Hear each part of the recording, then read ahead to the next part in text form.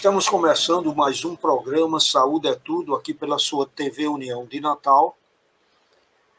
E hoje nós estamos aqui com um convidado, Dr. Marcos Lima, que é neurologista, professor da UFRN, professor da UNP, é neurologista, com formação em curso de Barcelona, né?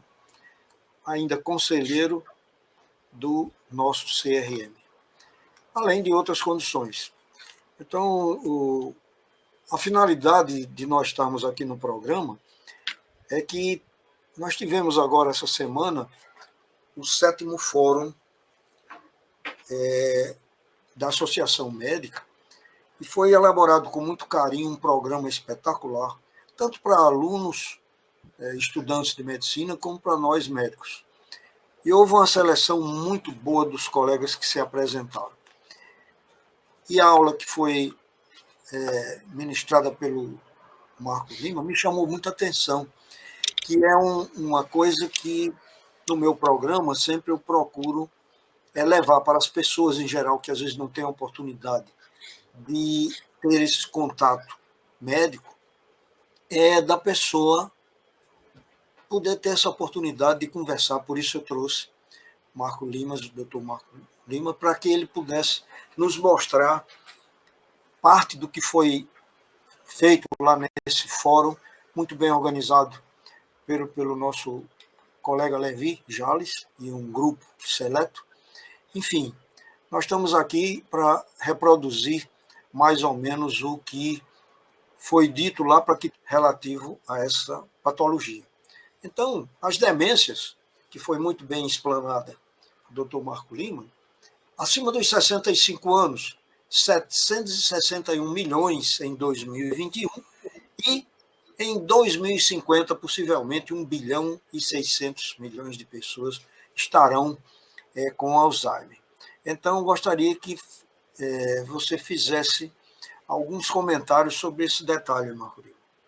Na verdade, professor, essa é a expectativa de pessoas com essa idade, né?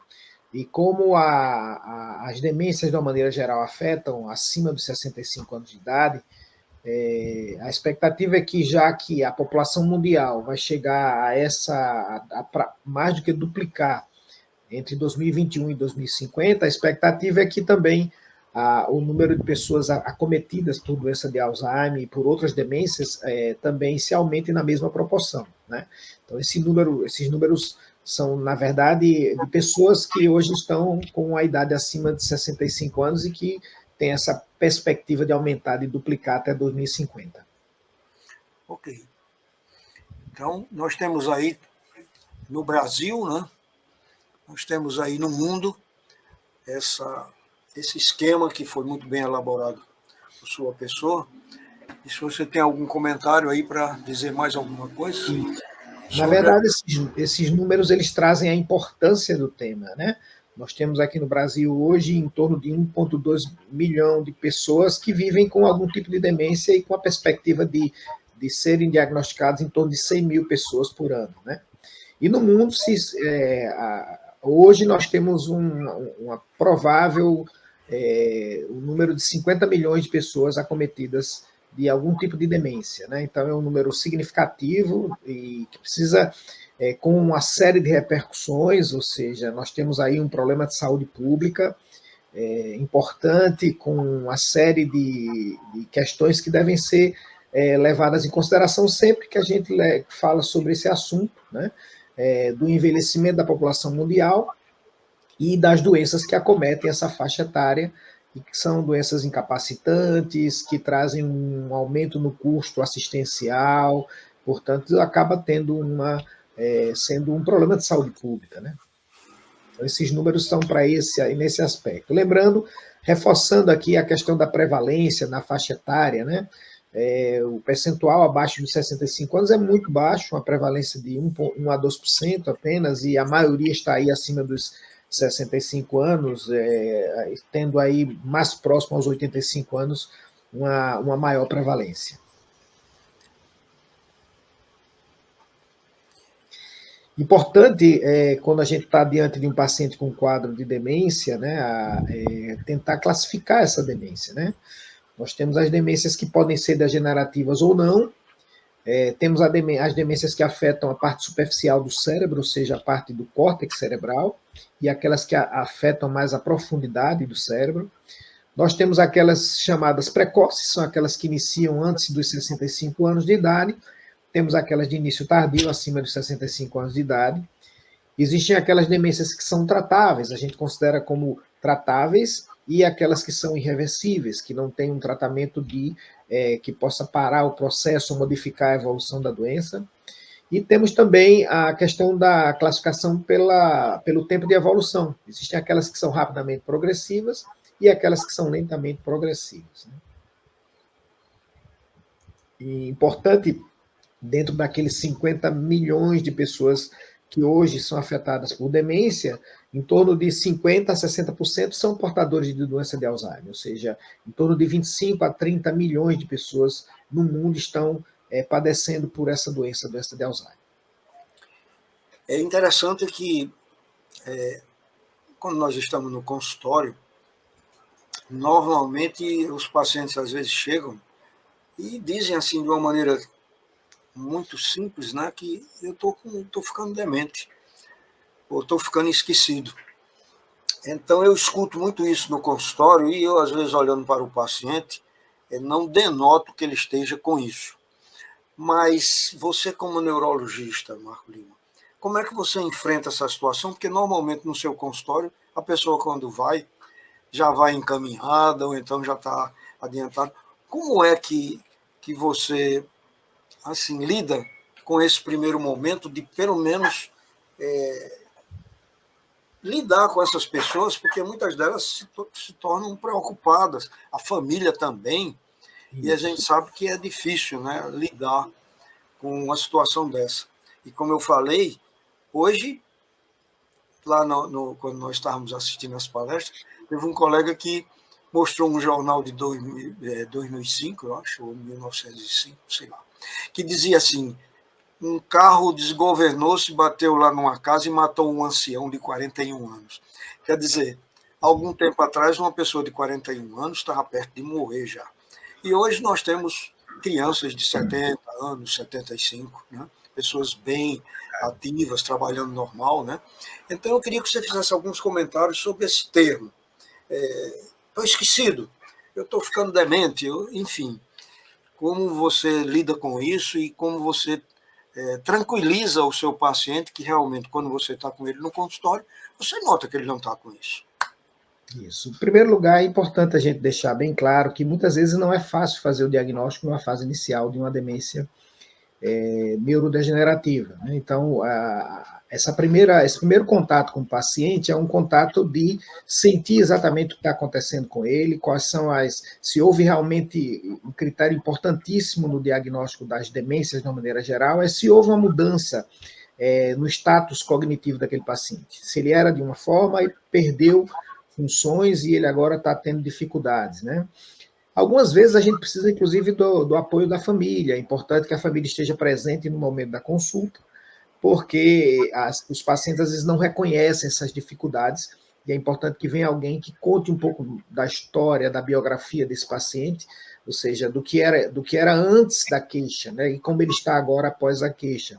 Esse é um ponto importante da história clínica, onde a gente começa a criar um raciocínio a partir dessa primeira informação. E a partir daí, nós vamos tentar, primeiramente, descartar aquelas causas que nós consideramos causas tratáveis da doença, aquelas causas que podem ser resolvidas, né? Buscar alguma situação que possa ser tratada.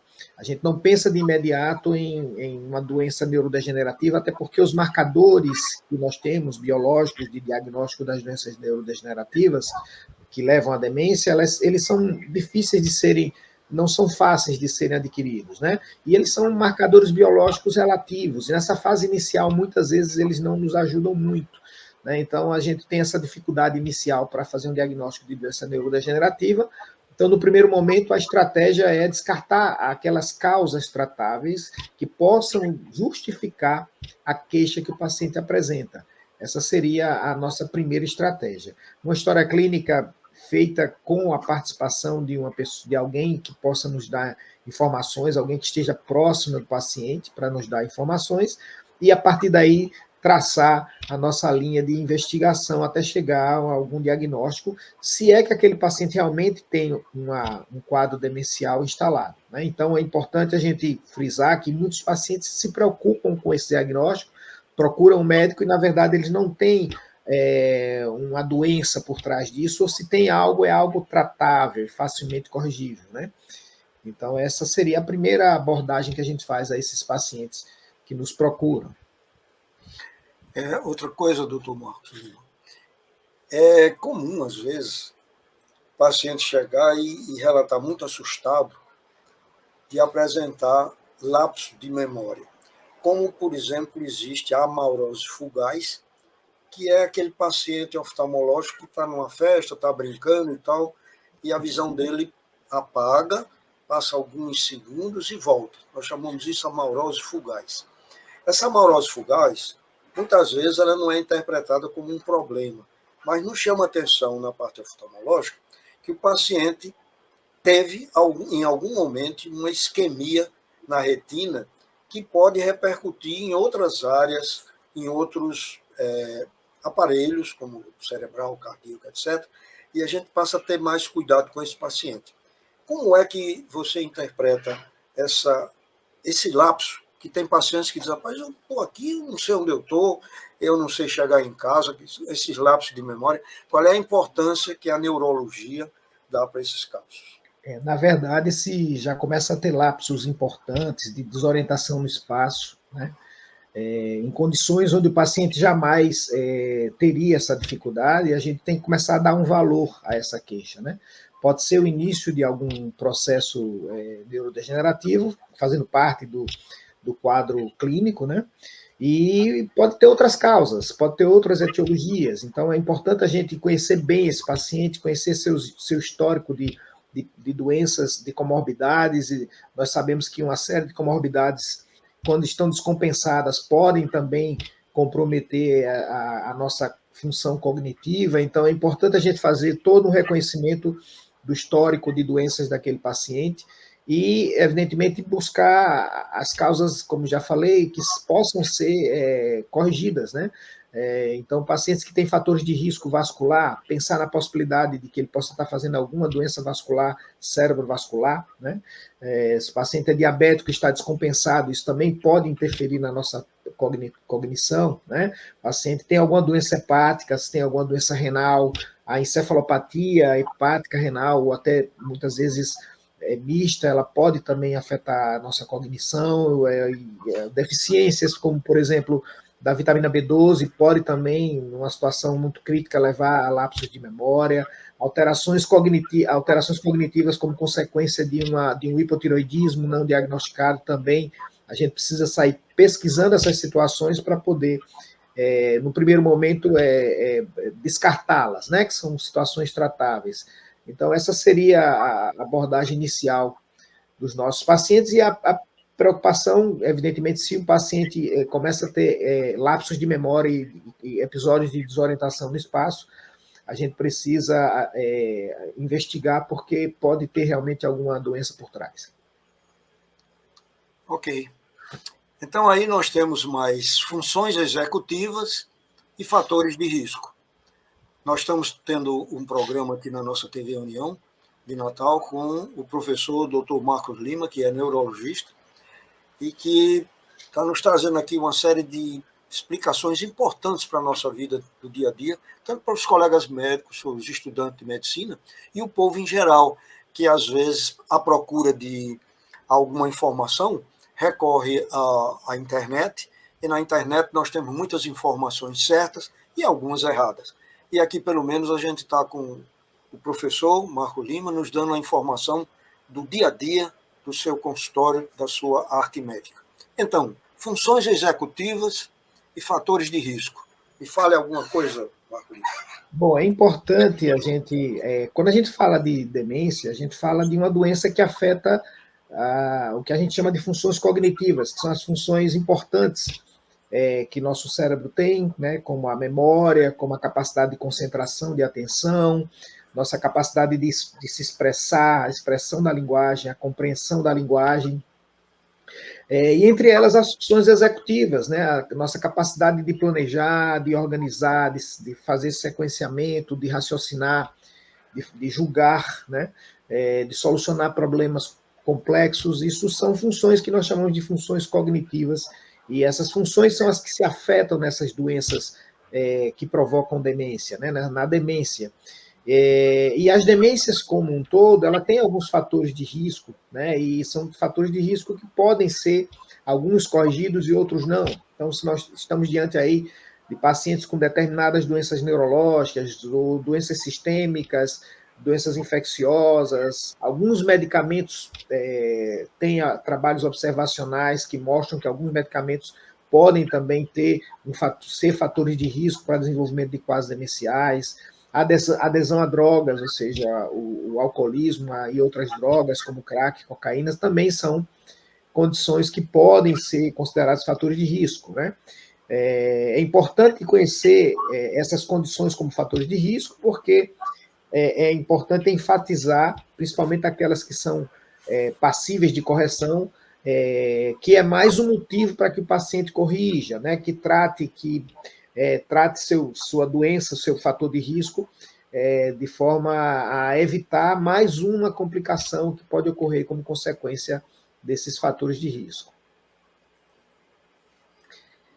É importante a gente lembrar sempre, né, que muitas vezes a gente, quando vai ao nosso médico, a gente pensa na possibilidade de já ir para fazer um determinado exame complexo, né, fazer um exame de imagem, mas o grande ponto do diagnóstico, o ponto mais importante do diagnóstico é a fase inicial, que é aquela do contato do médico com o seu paciente, a história clínica, né, a coleta de informações com o paciente, com a família, o exame físico, onde se aplica escalas para avaliar o desempenho do paciente através dessas escalas, e o exame físico de uma maneira geral. E a partir desses dois primeiros passos, que seria história clínica e exame físico, decidir quais seriam os exames mais importantes naquele primeiro momento para o seu paciente. Então, é importante que a gente sempre tenha claro, não só nós médicos, mas também a população em geral, que o ponto mais importante da relação médico-paciente, quando a gente está procurando ajuda, ou quando a gente está tentando ajudar alguém, é esse momento da história clínica, é o primeiro passo, ele precisa ser bem dado, a gente precisa fazer uma boa coleta de dados, a gente precisa ter acesso a examinar o nosso paciente da melhor maneira possível. Então, esse slide anterior era exatamente chamando a atenção, onde na engrenagem do diagnóstico é preciso a gente levar em consideração principalmente a história clínica, o exame físico, e o exame complementar é apenas um complemento que vai nos ajudar, nos auxiliar, e muitas vezes nos auxiliam bastante, mas que ele é apenas um complemento desse raciocínio que foi criado nos primeiros passos da engrenagem. Ok, minha gente. Nós vamos fazer um pequeno intervalo nesse primeiro bloco e voltaremos em seguida com o Dr. Marcos Lima, nos trazendo essas informações muito importantes para nós nos prepararmos, sabemos lidar, sabemos diagnosticar e, inclusive, ter chances de tratamento para Alzheimer. Voltaremos dentro de 1 minuto.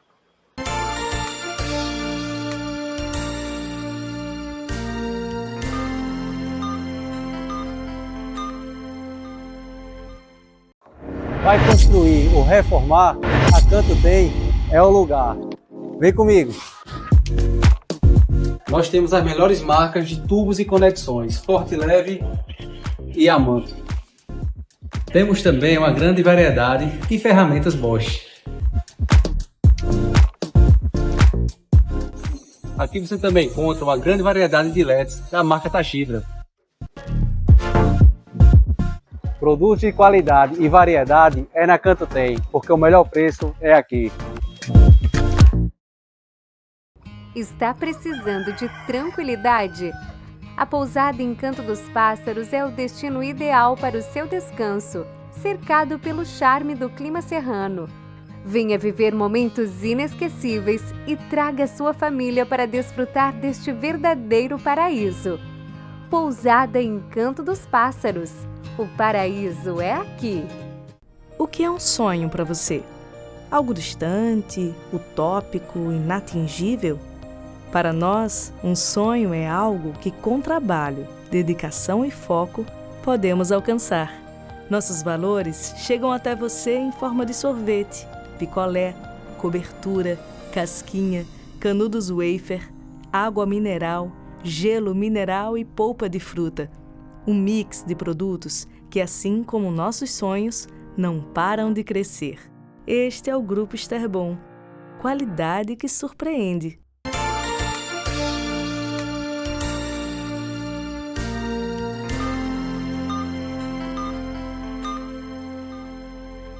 Estamos começando o segundo bloco do programa Saúde é Tudo, hoje estando com o médico neurologista, Dr. Marcos Lima, que também é professor da Universidade Federal e professor da Universidade de Natal, Potiguar, a UNP.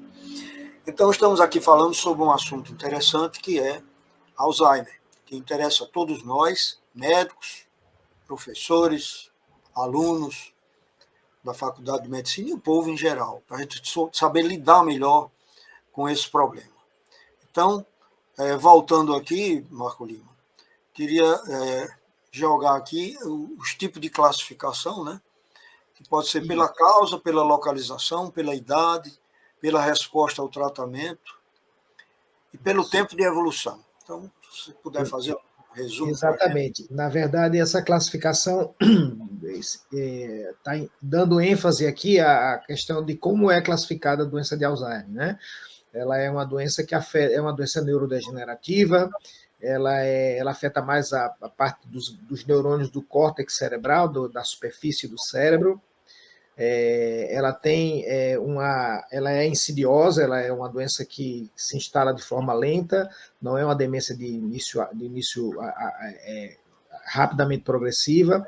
Ela é considerada uma doença de início, uma demência de início tardio, porque a grande maioria dos seus pacientes são acometidos após os 65 anos de idade, evidentemente pode ocorrer formas precoces da doença, e ela é considerada com relação à resposta terapêutica, como uma doença irreversível. Não há ainda nenhum tratamento acessível, né, onde haja uma avaliação de risco-benefício que possa modificar a evolução dessa doença. Existe uma evolução nos tratamentos, mas ainda não chegamos ao ponto de termos uma droga segura, extremamente segura, e modificando a evolução natural da doença. Marco Lima, existe uns testes, né, que são, às vezes, mostrados a nós, médicos, não especialistas, não neurologistas. Eu queria saber de você a validade que você dá para essas coisas. Como, por exemplo, nos questionários que se faz com o paciente e o desenho à mão livre de um relógio com um determinado horário para se averiguar se ele botou os ponteiros na hora certa. Enfim, isso tem valor? Sim. Na verdade, o desenho do relógio estamos analisando aí uma praxis, ou seja, a capacidade prática do paciente construir. É um tipo de praxis construtiva, né? A dificuldade de fazer um desenho de um relógio, que é algo que quase todo mundo já teve acesso e sabe como é um relógio, pode demonstrar naquele momento uma apraxia construtiva, ou seja, uma dificuldade de fazer uma construção a partir de uma tarefa, ou seja, fazer um desenho, né? Essa é uma forma de apraxia, mais uma função cortical, uma função cognitiva que pode estar comprometida nas demências de uma maneira geral. É importante esses testes, são importantíssimos esses testes, que da mesma forma como a gente vai examinar o paciente para saber se tem uma paralisia de um lado, a gente vai fazer determinadas manobras para ver se aquele lado está sem força, a gente examina a parte cognitiva através dessas escalas, né? Escalas onde a gente analisa cada pergunta que se faz, estamos analisando ali a orientação no tempo, no espaço, a parte da linguagem, a compreensão da linguagem falada, a compreensão da linguagem escrita, a capacidade de concentração do paciente, a capacidade de recuperar informações que nós passamos há poucos minutos, e isso, esse contexto de escalas, existe a escala do mini-exame de estado mental, que é a mais utilizada, mas temos outras escalas que podem ser realizadas sob um formato de uma avaliação neuropsicológica mais ampla. Esses testes são muito importantes. Eles vão mostrar ali as dificuldades cognitivas que o paciente vem apresentando, né? Falando aqui sobre as funções cognitivas, aqui tem um slide sobre a atenção, que é a porta de entrada, né? É uma função importante que também pode estar comprometida nas demências, de uma maneira geral, né? Então, são importantíssimos esses testes neuropsicológicos, essas escalas que a gente aplica, que são exatamente com o objetivo de avaliar se o paciente está perdendo aquela capacidade prévia que ele já tinha de execução, de compreensão, de expressão, de memorização, de concentração, enfim. A partir dessas escalas, a gente pode concluir se o paciente realmente está desenvolvendo uma perda cognitiva. Tem aí também esse slide aí, que você mostrou aí a porta de entrada, os sentidos, a importância deles, e quando julgamos ser importante um exato momento de diagnóstico. O que você tem mais para nos... É importante a atenção, porque muitos pacientes acham que estão desenvolvendo a doença neurodegenerativa, mas, na verdade, eles não têm problemas de memória especificamente, eles têm problema muito mais de concentração, de atenção. Muitas vezes esse problema ele é ambiental, ele pode ser por uma sobrecarga, por ter muitas preocupações, ter que tomar muitas decisões ao mesmo tempo, estar envolvido com muitas questões ao mesmo tempo, e aí isso pode levar a um comprometimento da nossa capacidade de concentração e de atenção, e algumas coisas a gente não vai conseguir manter essa porta aberta para que a informação entre e a memória é grave. Né? Lembrando que nós temos uma memória que é uma memória de curto prazo, uma memória de trabalho, que é aquela memória que a gente, no momento em que a gente está executando uma tarefa, a gente consegue utilizá-la, mas que logo em seguida, pouco tempo depois, a gente já esquece daqueles detalhes daquele momento, ou seja, é uma memória que ela existe para isso mesmo, ou seja, é uma memória de curto prazo e que ela não fica guardada. Né? E nós temos as memórias que são de longo prazo, né? A memória episódica, que nós vamos lembrar de situações que nós vivenciamos ao longo das nossas vidas, geralmente ela está relacionada com uma autobiografia, a nossa história, né? São fatos relevantes na nossa vida. Existe uma memória de longo prazo chamada memória semântica, que é exatamente a memória que nós temos de, por exemplo, aprender um idioma, né? Nós aprendemos o idioma e sempre que somos estimulados a falar com aquele idioma, a gente consegue voltar a falar.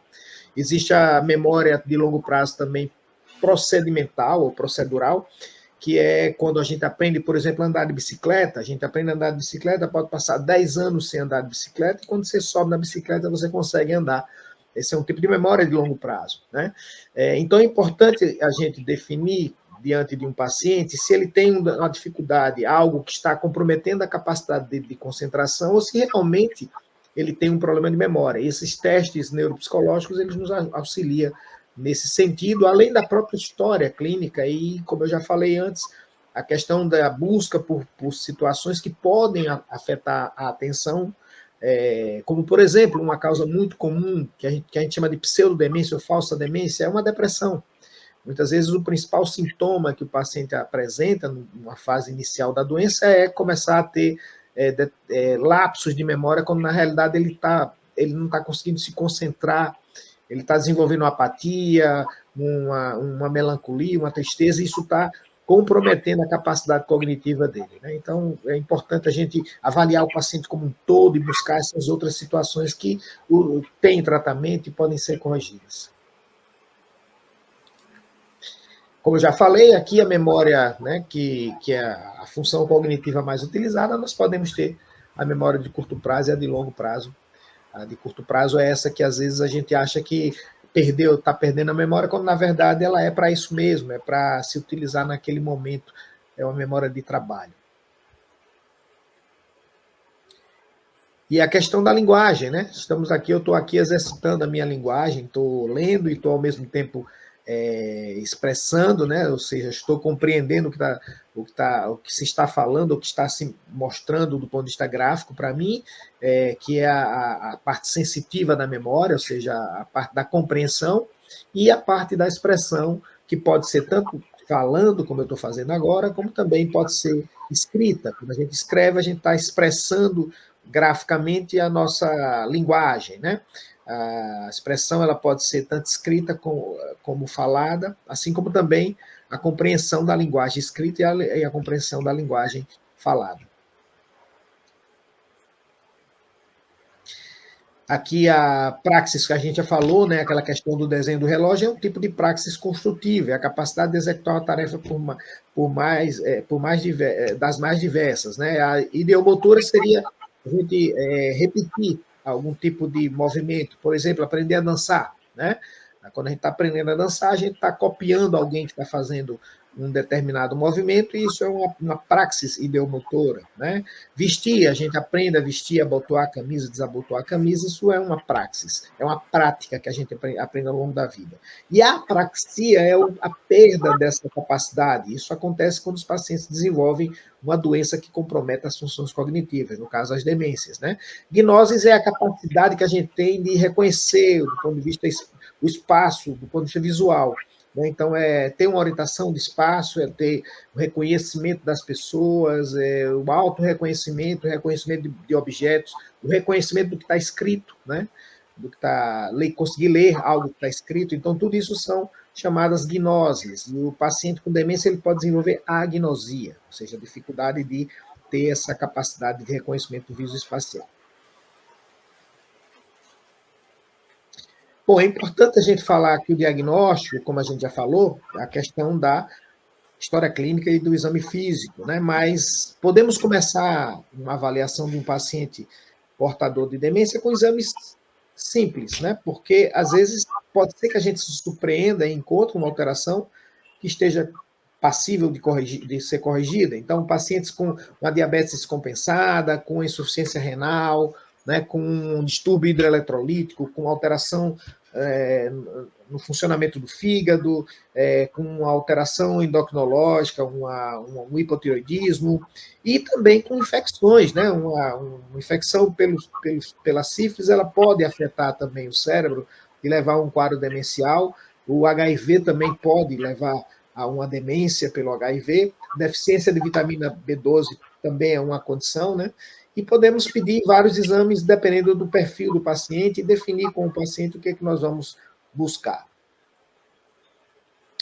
Importante dizer que a demência de Alzheimer, nós fazemos diagnósticos possível e definitivo, mas o provável é o que mais a gente consegue atingir, né? O nível máximo na prática médica é o diagnóstico provável da doença de Alzheimer, né? Então, primeiro a gente tem que identificar que é um paciente que está lentamente, em meses ou anos, perdendo capacidades, né? Onde se fica claramente demonstrado que ele perdeu capacidade, ou seja, esse paciente tinha um perfil cognitivo e ele perdeu esse perfil cognitivo. Existe a forma, no caso da demência de Alzheimer, a forma que é predominantemente memória, comprometimento da memória, essa é a que, digamos, predomina entre as formas de apresentação da demência de Alzheimer. Existe aquela não amnéstica, que não afeta tanto a memória, mas nunca a gente faz um diagnóstico com a única função cognitiva afetada.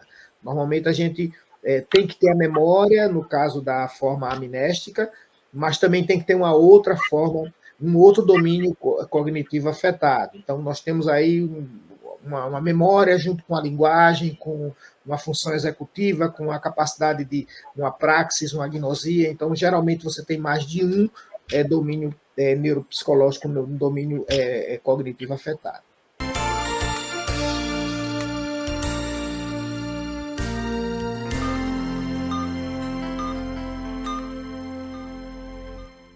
O que é um sonho para você? Algo distante, utópico, inatingível? Para nós, um sonho é algo que, com trabalho, dedicação e foco, podemos alcançar. Nossos valores chegam até você em forma de sorvete, picolé, cobertura, casquinha, canudos wafer, água mineral, gelo mineral e polpa de fruta. Um mix de produtos que, assim como nossos sonhos, não param de crescer. Este é o Grupo Esterbon. Qualidade que surpreende. Na Belém Madeiras, transformamos madeira em qualidade e tradição. Com mais de 24 anos de experiência, oferecemos produtos sustentáveis, feitos para durar e encantar. Seja para construção, móveis ou decoração, a nossa madeira traz a beleza da natureza diretamente para a sua casa. Belém Madeiras, conectando você com o que há de melhor na madeira. Está precisando de tranquilidade? A pousada Encanto dos Pássaros é o destino ideal para o seu descanso, cercado pelo charme do clima serrano. Venha viver momentos inesquecíveis e traga sua família para desfrutar deste verdadeiro paraíso. Pousada Encanto dos Pássaros. O paraíso é aqui.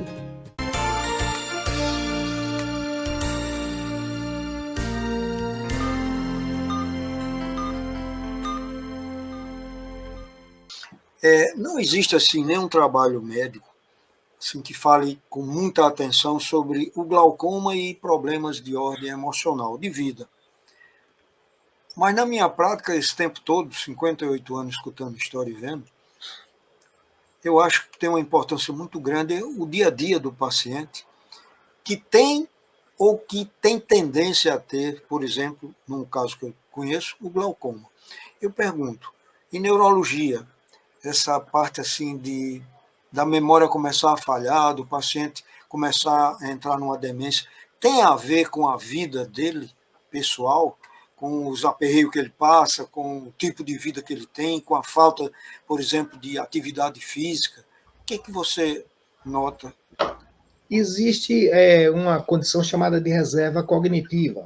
Reserva cognitiva é algo que se fala muito hoje, que é exatamente a capacidade que cada um de nós tem, uns mais, outros menos, de ter guardado informações importantes e digamos, uma reserva intelectual que ela acaba sendo um fator protetor, né? Essa reserva cognitiva, os trabalhos científicos demonstram, por exemplo, que pacientes que desenvolvem uma doença neurodegenerativa e eles têm uma reserva cognitiva, são pessoas que tiveram um grau de instrução elevado, que gostam de ler da literatura, de ler e de fazer, têm uma vida intelectual ativa, eles têm um fator protetor que faz com que os sintomas evoluam de forma um pouquinho mais lenta, né?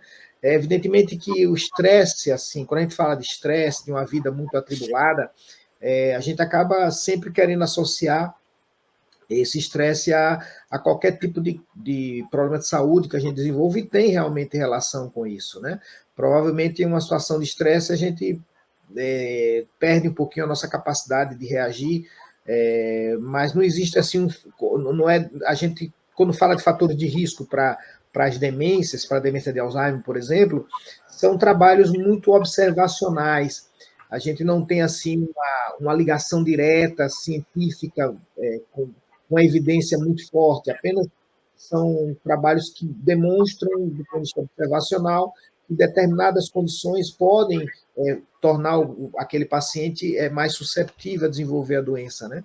Mas nós não temos uma certeza absoluta. Sabemos que existem as questões genéticas, né, que podem estar influenciando em algumas situações bem documentadas, e fatores ambientais também. Então, o estresse pode ser, assim como em outras condições, um fator também que possa estar contribuindo, né? Mas são questões muito mais na seara dos trabalhos mais observacionais. Aqui, então, nós temos o diagnóstico, né? Que você já falou muitas coisas sobre isso, que ele tem muita importância, o contato com o paciente, a história clínica, etc. Mas aí nós temos mais alguma coisa de exames mais complexos para a doença de Alzheimer. Exato. Existem situações em que a gente precisa, não de uma forma criteriosa, em alguns pacientes, fazer mais algum exame, né? Um deles é o estudo do líquor. Esse estudo do líquor, que é retirar líquido da coluna, e mandar para o laboratório, ele é importantíssimo quando a gente suspeita de um quadro infeccioso, quando o paciente tem um quadro chamado de hidrocefalia com pressão normal. Esse quadro ele pode melhorar clinicamente se a gente subtrai líquor. Então, a punção lombar passa a ser um teste importante para avaliar se esse paciente realmente tem esse quadro de hidrocefalia com pressão normal. Então, o estudo do líquor ele pode ser importante em determinadas situações, inclusive na própria demência de Alzheimer, existe o biomarcador das proteínas que estão envolvidas com o desenvolvimento da doença, que é a beta-amiloide e a fosfotal, que são duas proteínas que se acumulam, uma no espaço fora da célula, que é a beta-amiloide, e a fosfotal, que é uma proteína que se acumula no interior dos neurônios e que produz a morte neuronal. Esse líquor, ao ser colhido, pode-se solicitar a dosagem dessas proteínas, onde a gente vai encontrar uma beta-amiloide baixa, níveis baixos, e a fosfatal com níveis elevados. Isso é um padrão de um biomarcador, né, que pode auxiliar quando a gente tem uma dúvida sobre se trata realmente de uma demência de Alzheimer ou se tem algo mais. Lembrando que esses marcadores, eles são marcadores relativos, eles têm importância quando você está diante de outros marcadores, ou seja, quando você tem um quadro clínico que é bastante sugestivo e quando você tem outros marcadores, que eu costumo dizer que fazer o diagnóstico de uma doença de Alzheimer, um diagnóstico provável, passa pela avaliação de um quebra-cabeças, onde a gente vai montando as peças, né, e digamos que o estudo do líquor seria mais uma peça que a gente também não faz em todo o paciente, às vezes não é necessário fazer, mas quando em algumas condições o estudo do líquor é fundamental. Já um exame como o PET scan, com marcador de depósito de amiloide, ou seja, quando a gente vai fazer um exame de imagem funcional específico para a proteína que se acumula, né? E aí a gente encontra alterações específicas da doença de Alzheimer, evidentemente correlacionando com o quadro clínico, isso é um marcador importante, né? A gente chama de marcador biológico ou biomarcador, aquele exame, né, ou aquela condição que que nos auxilia no diagnóstico, né? Ele marca a doença. Então, seriam formas que a gente utiliza, assim como pode ser também a imagem estrutural. A imagem estrutural, que numa fase inicial da doença pode não ser tão útil, mas ela pode ser útil numa fase mais avançada, onde a gente vai ver áreas específicas do cérebro perdendo volume, se atrofiando. Isso pode ser um marcador também nos auxiliar no diagnóstico a partir de uma determinada fase da doença. Muito bem. Esses biomarcadores de tratamentos farmacológicos, na demência de Alzheimer, esses biomarcadores, você quer falar mais alguma coisa sobre eles?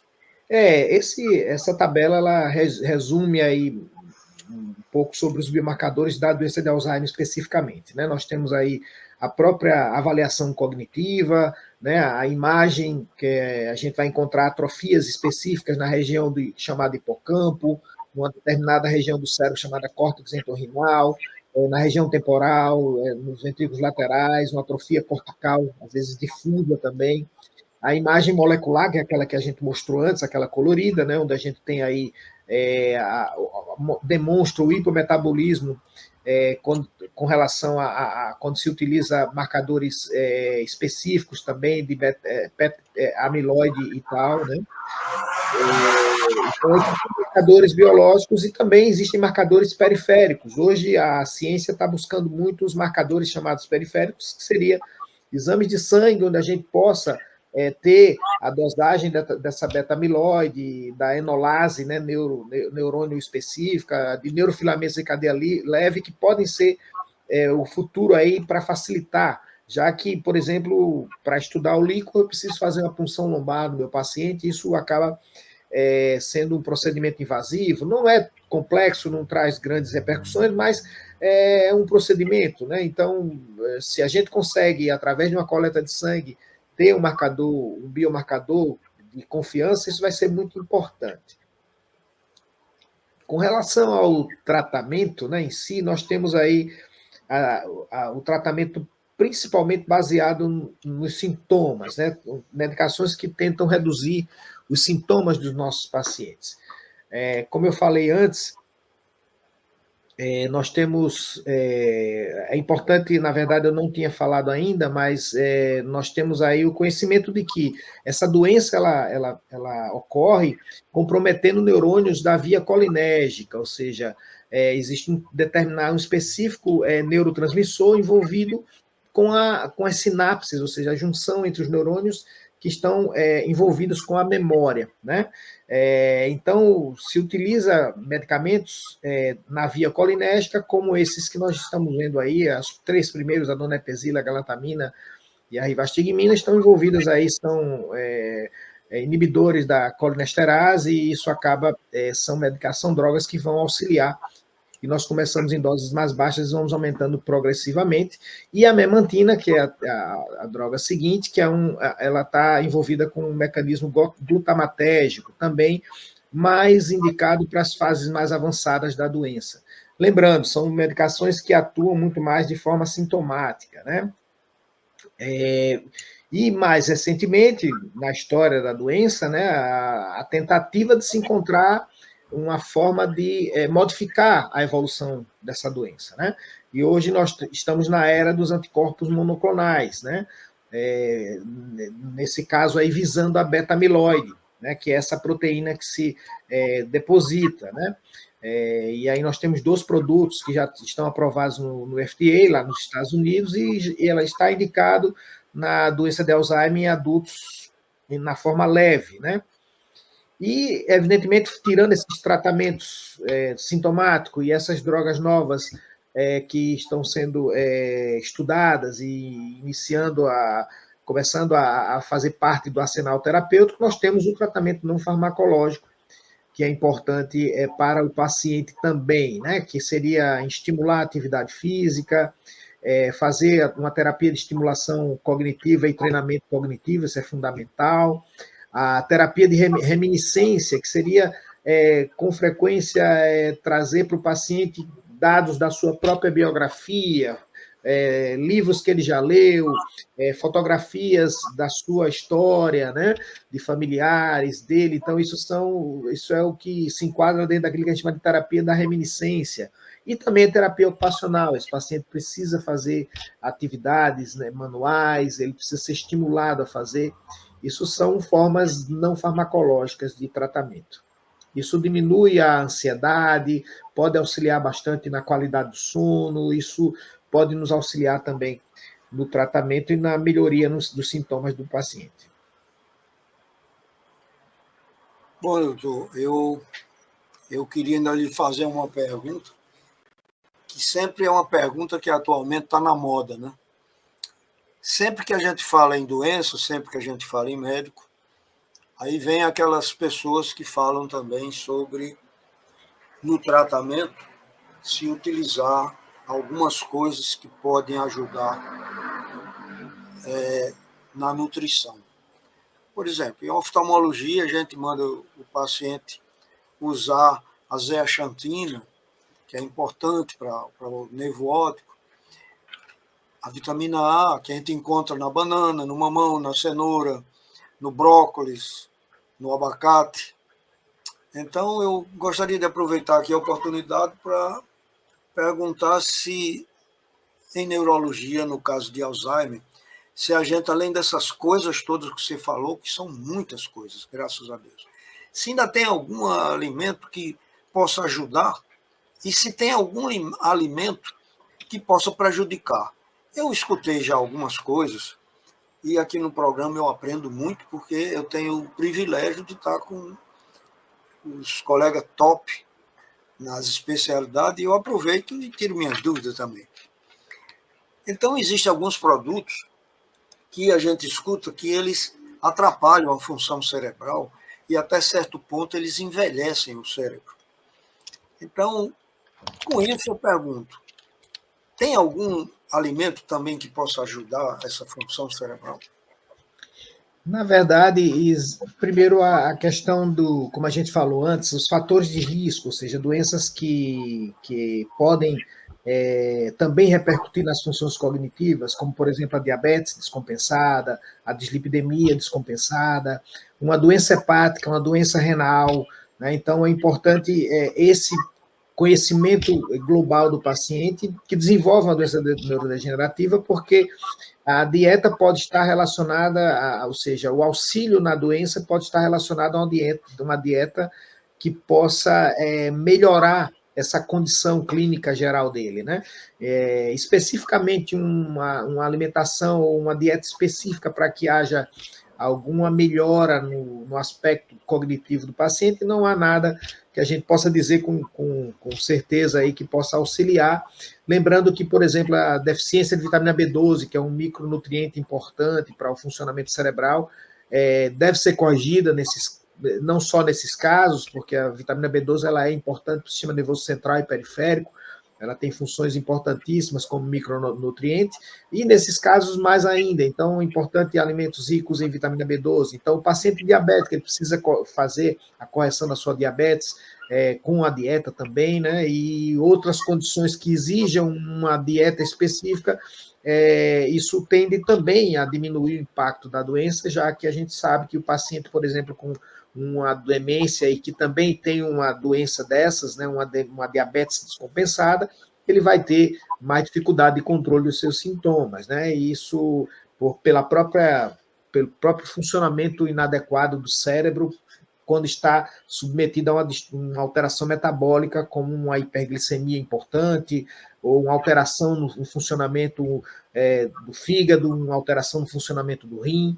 Então, são condições que podem afetar mais ainda o funcionamento cerebral num paciente que já tem uma doença de base. Então, quando a gente fala de dieta, seria nesse sentido do conhecimento amplo do paciente, buscando suas condições que exijam realmente limitações na dieta, que exijam alimentos específicos, né, para que ele possa não agravar o seu quadro.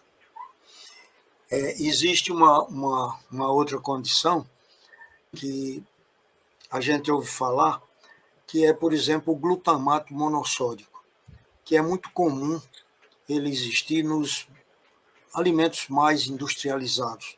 Tem umas sopas prontas que são muito ricas em glutamato monossódico. Se fala muito mal desse glutamato monossódico, dele causar problemas circulatórios e involutivos na parte cerebral.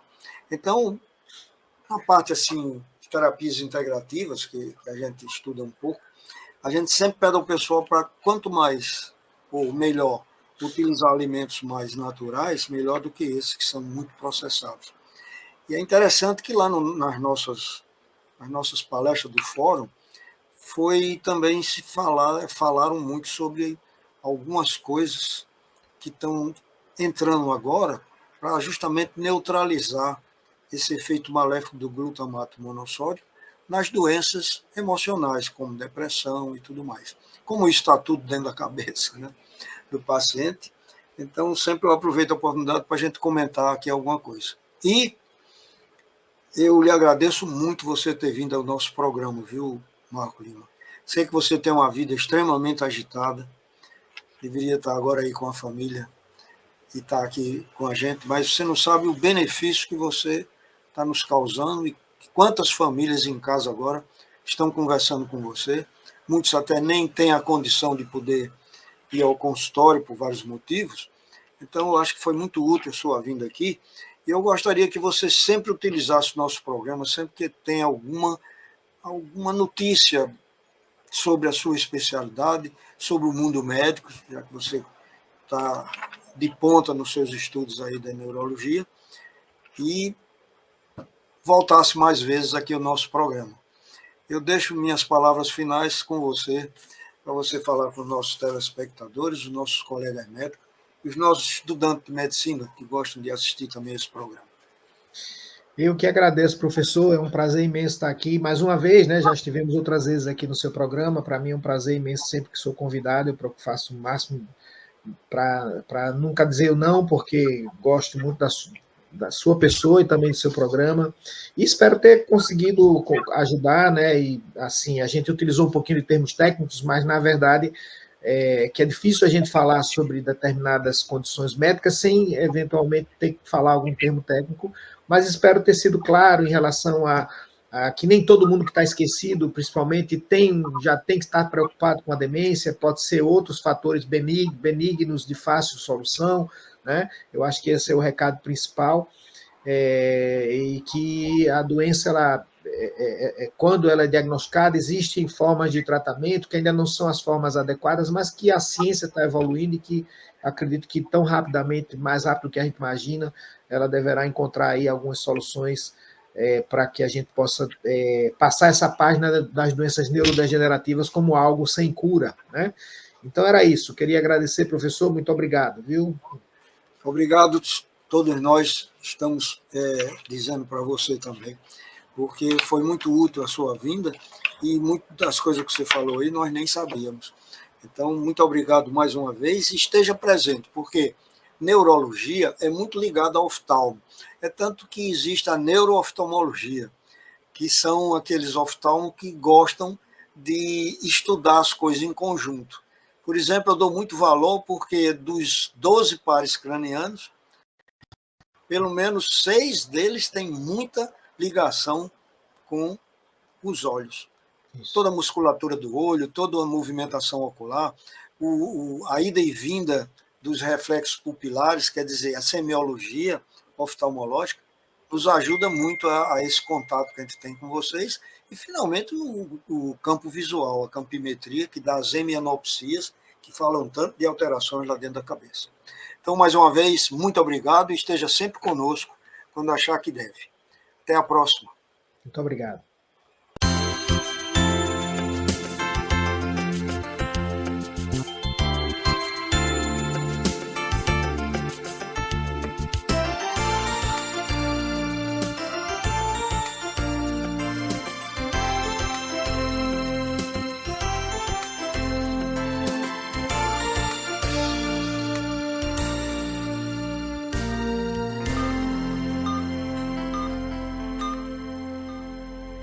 O que é um sonho para você? Algo distante, utópico, inatingível? Para nós, um sonho é algo que, com trabalho, dedicação e foco, podemos alcançar. Nossos valores chegam até você em forma de sorvete, picolé, cobertura, casquinha, canudos wafer, água mineral, gelo mineral e polpa de fruta. Um mix de produtos que, assim como nossos sonhos, não param de crescer. Este é o Grupo Esterbon. Qualidade que surpreende. Está precisando de tranquilidade? A pousada Encanto dos Pássaros é o destino ideal para o seu descanso, cercado pelo charme do clima serrano. Venha viver momentos inesquecíveis e traga sua família para desfrutar deste verdadeiro paraíso. Pousada Encanto dos Pássaros. O paraíso é aqui. Vai construir ou reformar, a Canto Tem é o lugar. Vem comigo! Aqui na Canto Tem, você encontra uma grande variedade de tintas das melhores marcas do mercado. Aqui você encontra o mix completo de impermeabilização da marca Quartzo Solid. Produto de qualidade e variedade é na Canto Tem. Transforme seu espaço com a magia do vidro. Na Vidro Service, o brilho está em cada detalhe. Descubra uma vasta gama de soluções em vidro, de janelas elegantes a espelhos que ampliam. Cada peça, uma obra de arte, feita sob medida para você. Nossa equipe especializada está pronta para atender seus sonhos mais transparentes. Visite a Vidro Service e deixe a luz entrar na sua vida. A beleza e a qualidade que você merece estão aqui.